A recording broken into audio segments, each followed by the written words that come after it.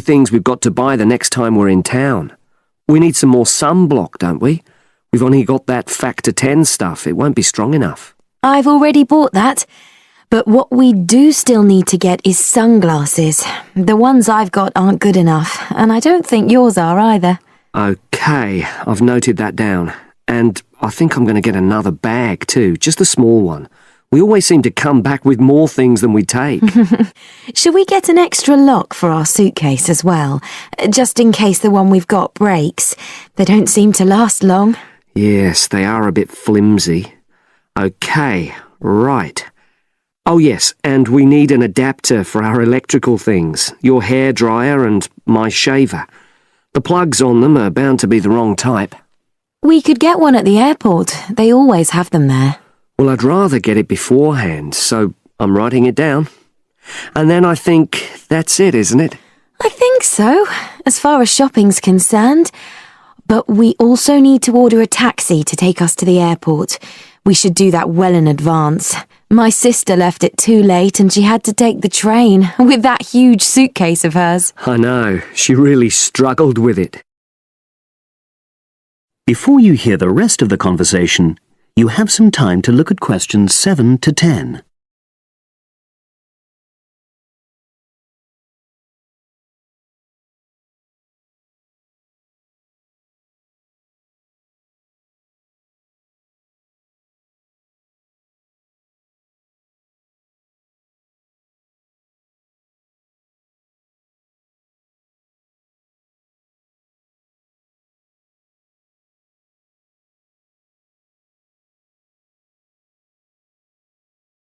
Now listen and answer questions 7 to 10.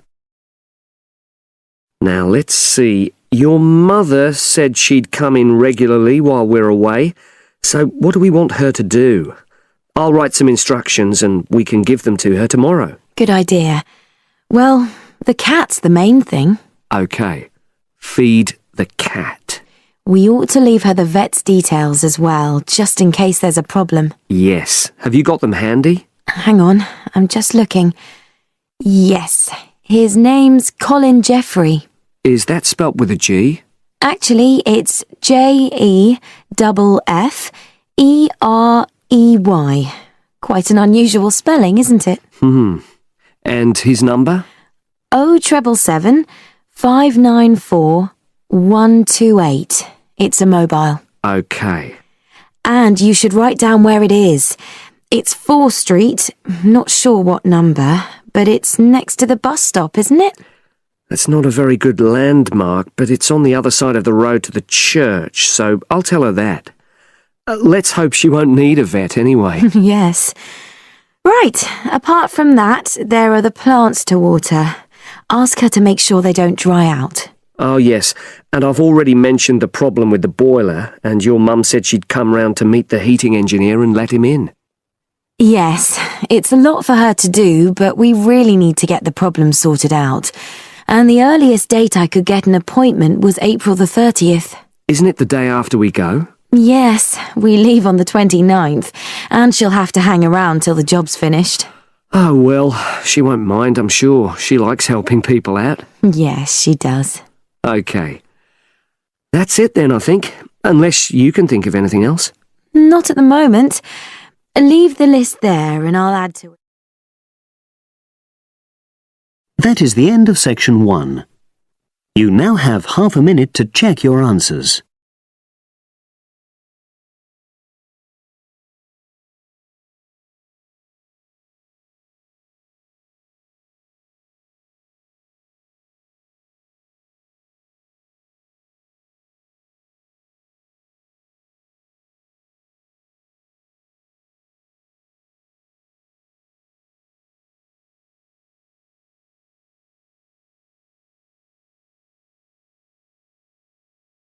Now turn to section 2.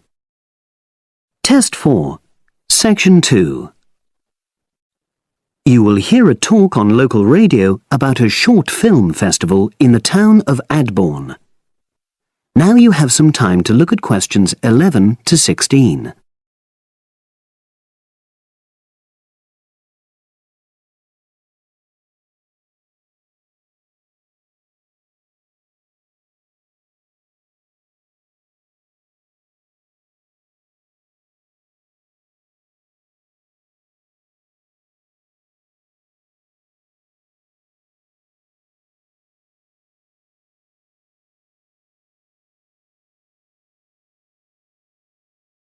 Now listen and answer questions 11 to 16.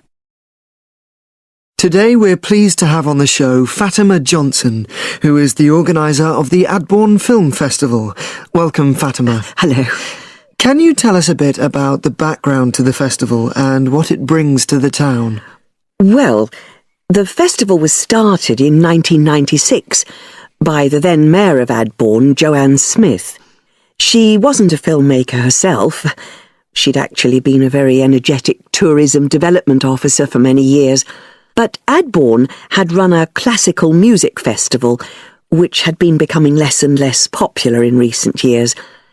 Joanne was looking around for something to replace it, and to use funds allocated to it to promote something which local people can enjoy. Great. So, tell us about the festival nowadays. Well, it's held in the last 2 weeks of August every year, and short films from all over the world are shown in 3 places, in the theatre and our 2 cinemas. Several films are shown in one performance, and the whole thing lasts about 90 minutes. Tickets are very reasonably priced. Under 12s used to get in for 50p, but now we charge just £1, which is still very good value. £1.50 for students and £2.50 for everyone else.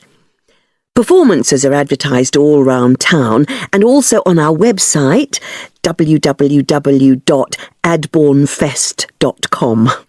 If you're interested in attending any performance, you can buy tickets online, of course, and you can also get them in the library, which is right next to the main shopping area. I'm afraid this year tickets are no longer available from either of the 2 cinemas because of restricted opening times. I understand you also run a film competition? Yes, for under 18s. We have a different theme every year. Last year, for example, the theme was Future Planet, and the winner was a 10-minute documentary encouraging youngsters to be more aware of environmental issues, focusing on getting school kids to cycle to school instead of going by car. This year, the theme is Sporting Nation, so there'll also be lots of ideas to choose from. Now, we're always on the lookout for new local talent, so if you live in the Adbourne area and are under 18, you should have a go. We have an excellent prize every year donated by local businesses, shops, hotels, etc. This year, you can win a high-spec movie camera worth over £800. Application forms are on the website, and the deadline for sending in your film to enter the competition is the last day of July. It's May now, so you'll have the whole of June to be working on it. Now you have some time to look at questions 17 to 20.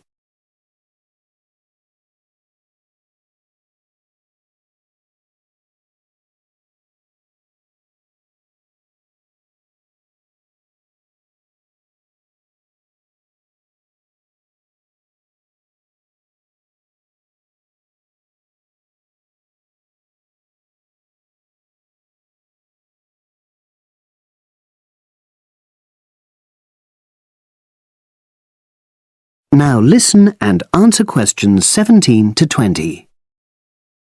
And what are the judges looking for?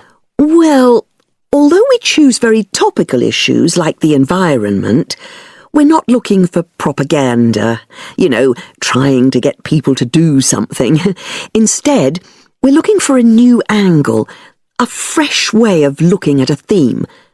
And of course, because it's a short film festival, it's not really about a fully worked story with well-rounded characters. It's more about good photography, conveying things visually. And who judges the films? A panel of 3 people who know a lot about film. We've used the same judges for many years, and we're very happy with their expertise.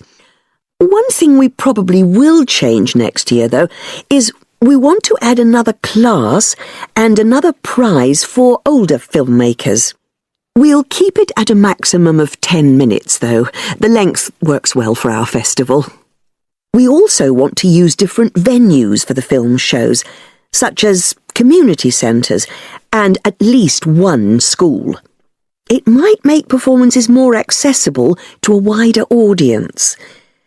We did explore the possibility of having late-night showings, but that's unlikely to happen in the coming year. So, as I say, if anyone's interested in submitting a film for our competition, go onto our website and you'll be able to access everything. That is the end of section 2. You now have half a minute to check your answers.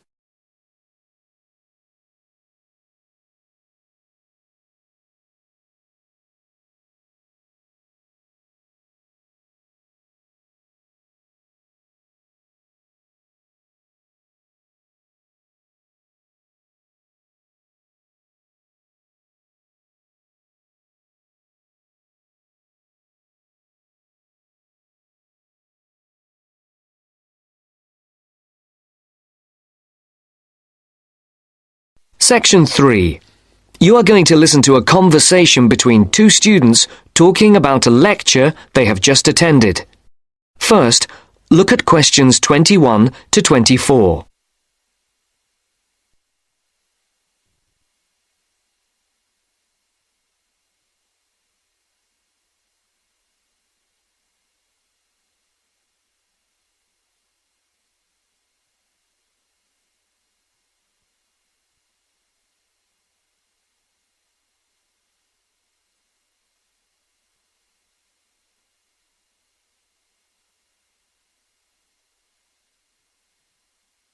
There are 4 alternative answers, A, B, C, and D, for each question.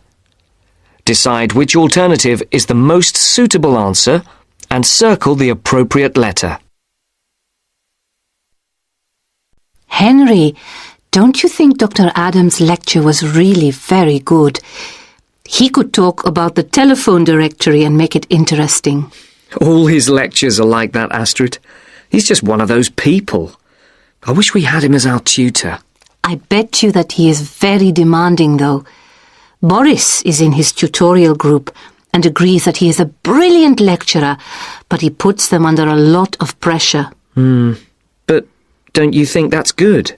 Perhaps, but I am glad to have Dr. Adams as a lecturer. He's interesting and rather funny and puts just the right amount of pressure on people.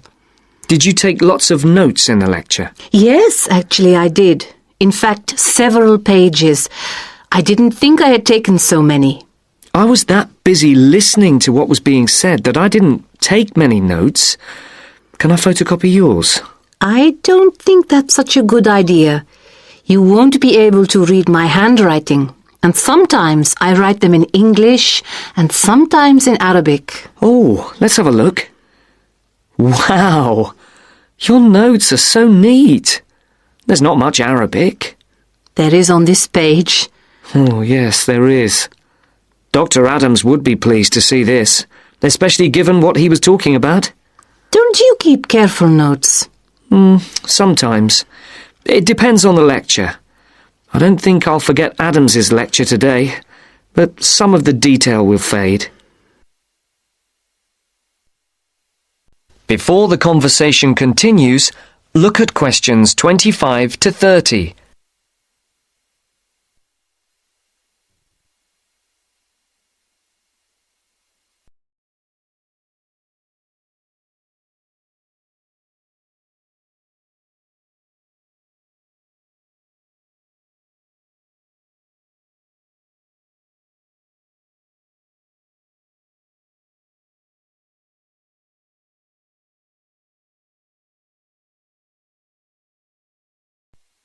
I type up everything afterwards so you can have a copy then and you can fill in anything I have missed. I'm not so good on the broader concepts. I'm better when it comes to detail.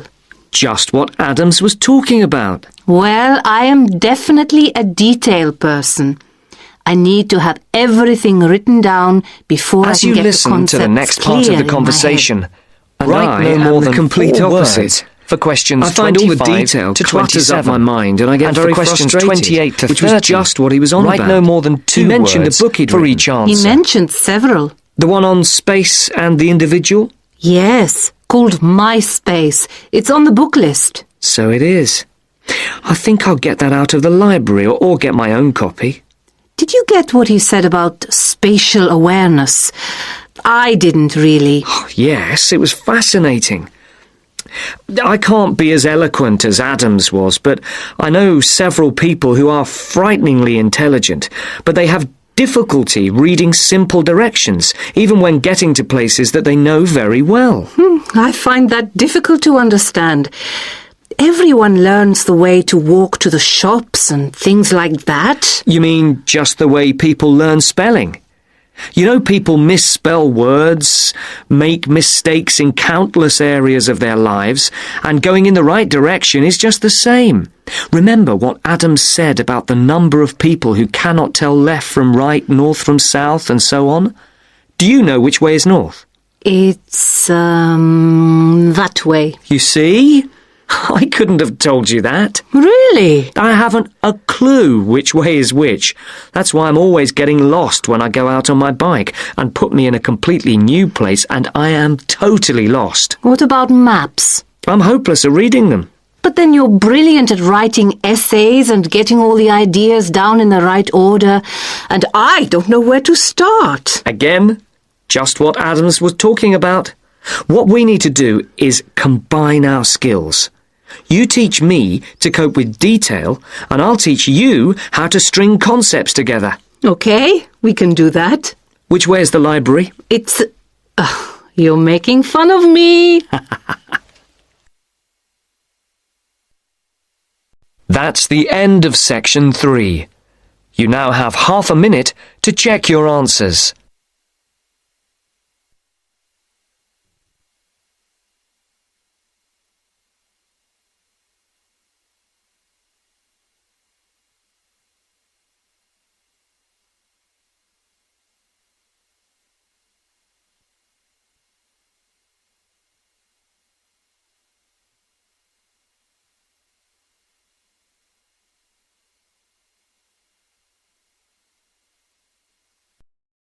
Section 4. You are going to hear a lecture on fishing. First, look at questions 31 to 36.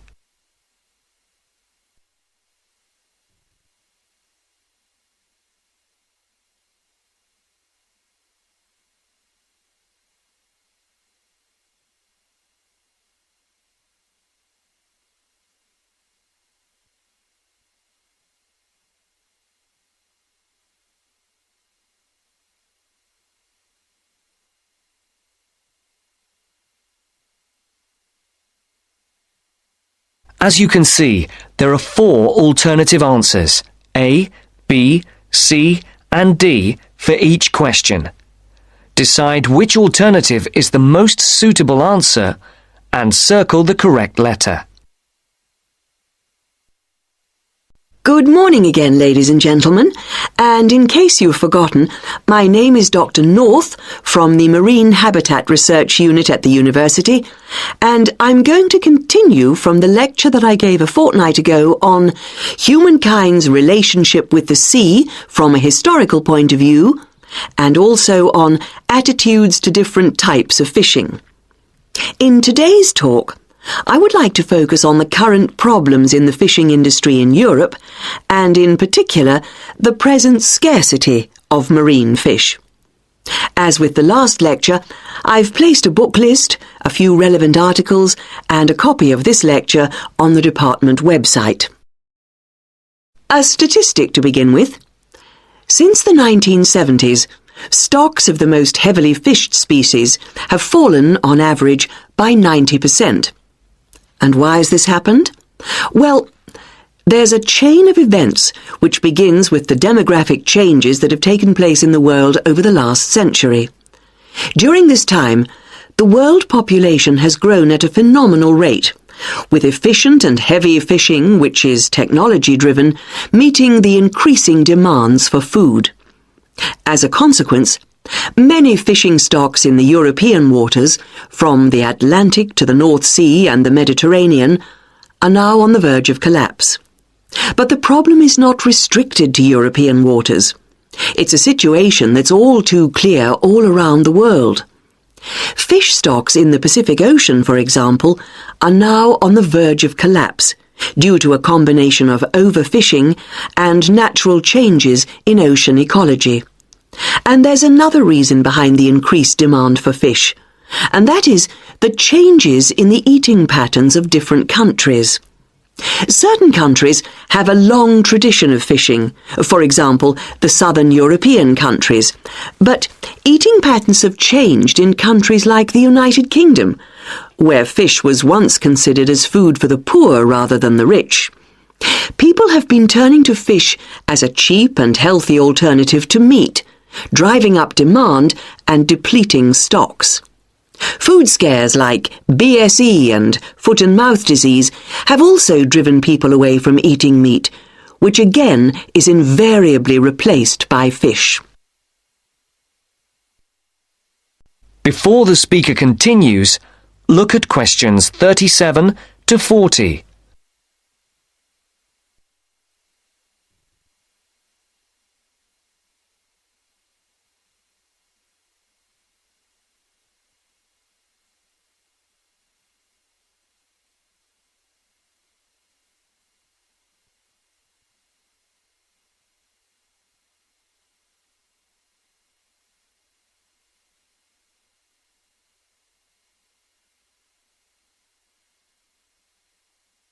As you listen, complete the table.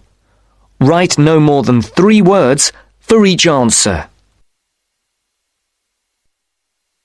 Another important reason is that a sizable proportion of the catch from modern trawlers or fishing boats is thrown away.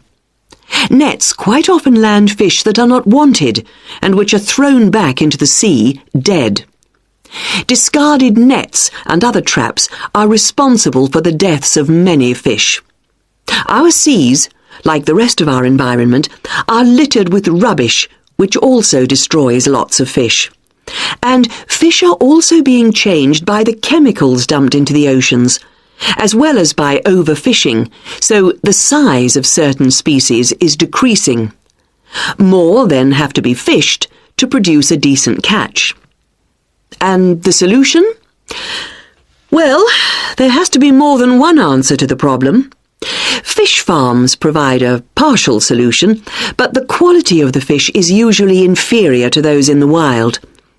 Reducing the amount of fish that any one trawler or fishing boat is allowed to land is the most effective, but also the most unpopular measure. Countries in Europe like Spain rely heavily on fishing, and are naturally against any step which restricts their catch. But if the depletion of fishing stocks continues, there will be no fish left to fish. Take the disappearance of cod from the Great Banks off Newfoundland, which was once the richest cod fishing area in the Atlantic. After a dramatic fall in the cod population for some unknown reason, a ban was imposed, which, it was hoped, would lead to a repopulation of the cod stocks. The cod did not return, and many fishermen were put out of work. This is a scenario which we do not want to be repeated on a large scale. Now, if you look at this table on the screen, you can see where I've That's the end of section 4. You now have half a minute to check your answers.